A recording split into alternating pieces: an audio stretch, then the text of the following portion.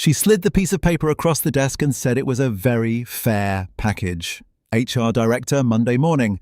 The kind of meeting you're called into without a stated agenda, and by the time you've sat down, you already understand what it is.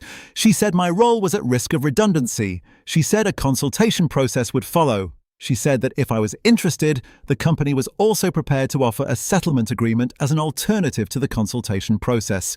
She said the offer was time-sensitive. I would need to decide within 5 working days, £32,000. I looked at the number, I thanked her and said I'd take the time to consider it. Then I walked to the car park and called an employment solicitor. The solicitor I called had been recommended by a colleague who had gone through a similar process 2 years earlier. She was direct and told me 3 things in the first 10 minutes. First, a settlement agreement is a legal document waiving your right to bring employment tribunal claims in exchange for a payment. It is not legally binding without independent legal advice. Advice that the employer is typically required to pay for. Second, 5 working days is a pressure tactic. ACAS guidance suggests employees should be given reasonable time, generally understood as at least 10 days, to consider settlement proposals. I was not obliged to be rushed. Third, the number on the paper was likely the opening offer. She asked me to send her the agreement, my contract, and any documentation relating to the redundancy process. I sent everything that evening. She came back the following day with findings. The consultation process had been deficient. I had been presented with a settlement offer before meaningful consultation had taken place. This is procedurally incorrect and can give rise to unfair dismissal grounds, even in a genuine redundancy. My contract also contained an enhanced redundancy provision, 1 month per year of service, capped at 20 years.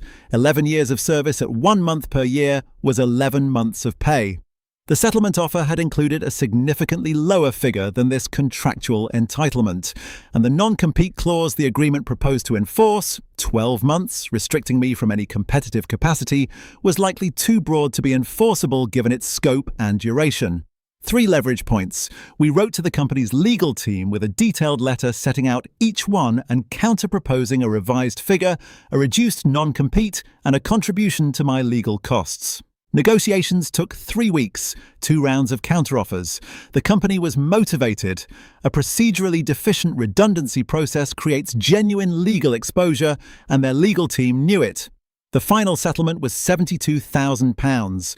Non-compete reduced from 12 months to 6. Legal costs paid in full. The difference between the opening offer and the final settlement was £40,000.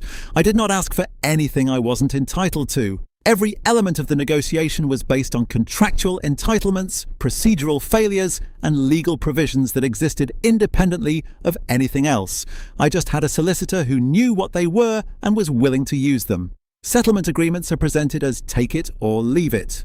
They rarely are. If you're ever presented with one, do not sign it without independent legal advice, do not let anyone pressure you on timing, and do not assume the first number is the only number. Has an employer ever presented you with something as a fait accompli that turned out to be negotiable? Drop it in the comments. And if you want more complete stories with no part 2s that never come, follow the page. New story every day.